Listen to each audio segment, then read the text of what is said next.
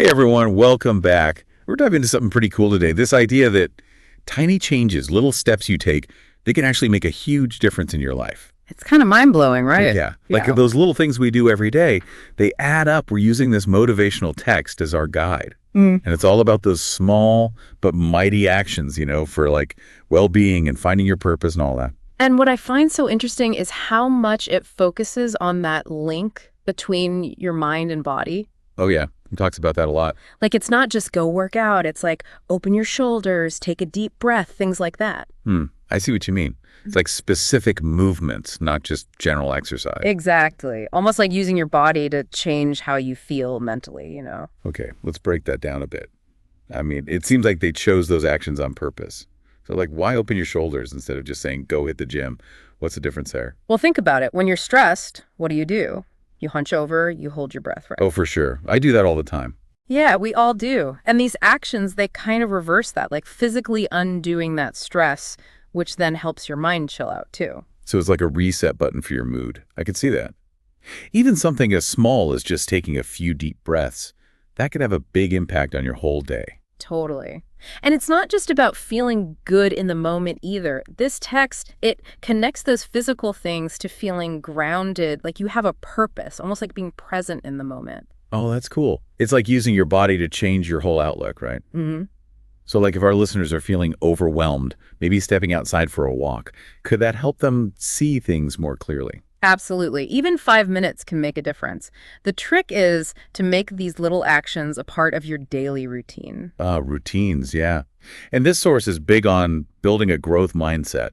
Stuff like feed your mind with books or learn that new skill, even just write your thoughts down. Right. And that really ties into the whole neuroplasticity thing. Neuroplasticity, yeah. That's a word we hear a lot these days.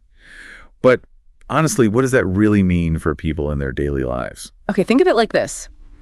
Every time you learn something new, a language, how to play guitar, even a new way of thinking, you're creating new connections in your brain. Oh, wow. So literally rewiring it. Yep, literally rewiring your brain. Okay, now that makes sense. So if I finally dust off that old guitar and learn a few chords, I'm not just picking up a skill, I'm actually changing my brain. Precisely. And the more you practice, the stronger those connections get, like building a muscle, but for your brain. That's wild. There's this line in the text that really stuck with me. It says, when you respect time, you gain freedom.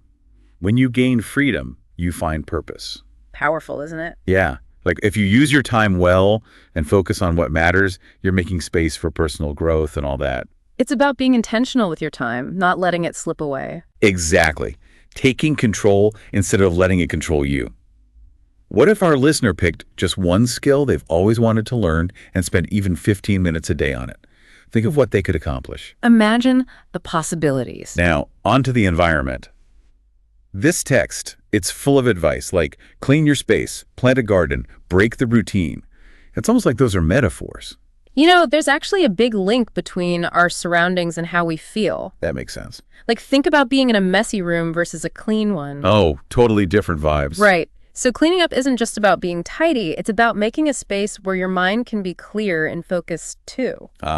So it's deeper than just, putting things away. Yeah, it's creating that mental environment. I'd say that makes sense. And plant a garden. Yeah. That's like nurturing something new, creating beauty. Exactly. And it doesn't have to be a literal garden. It could be a project, a new friendship, anything that brings growth and joy. Got it. And break the routine. That's like shake things up a bit, right? Definitely. Sometimes we get so stuck in our ways that we miss out on new opportunities. This text is all about pushing those boundaries, trying new things. I love that. It specifically says, when you change your environment, you change your mindset. When you change your mindset, you change your life. That seems pretty central to the whole thing. Yeah, it is. It's about realizing we can shape our surroundings, and by doing that, we shape our experiences too. Like we're designing our own lives in a way. Exactly. And speaking of shaping things, this source really emphasizes courage and being true to yourself. There are all these powerful statements like speak your truth, create boundaries, rise early, face your fears. Interesting how it connects facing fears to growth, right? Yeah. It's like when we push past our comfort zone, that's where we find out how strong we really are. Exactly. It reminds me of that quote, when you push your limits, you find your strength. When you find your strength, you inspire others. It's like our actions don't just affect us, they can inspire people around us too. It's true. That ripple effect is real. What if our listener picked one fear they wanted to overcome? Public speaking, maybe? Or finally writing that book they've been thinking about? Oh, yeah, that's a good one. What would it mean to truly own their story, to just go for it? It's about being vulnerable, taking a chance, living a life that feels real and true to you. I like that, stepping into your own power. That's it, exactly. All right, so we've covered a lot. We talked about how little actions can have a big impact on how we feel, both physically and mentally. We talked about how a growth mindset can help us learn and grow throughout our lives, and how our surroundings and having the courage to be ourselves can shape our experiences in really powerful ways. It all comes down to this. Consistent small steps can lead to incredible changes. Absolutely. So here's a final thought for you to chew on. What if you were to plant a garden in your own life right now? What would you want to see grow? What seeds of change are you ready to plant? Thanks for joining us for this deep dive. We'll see you next time. See you then.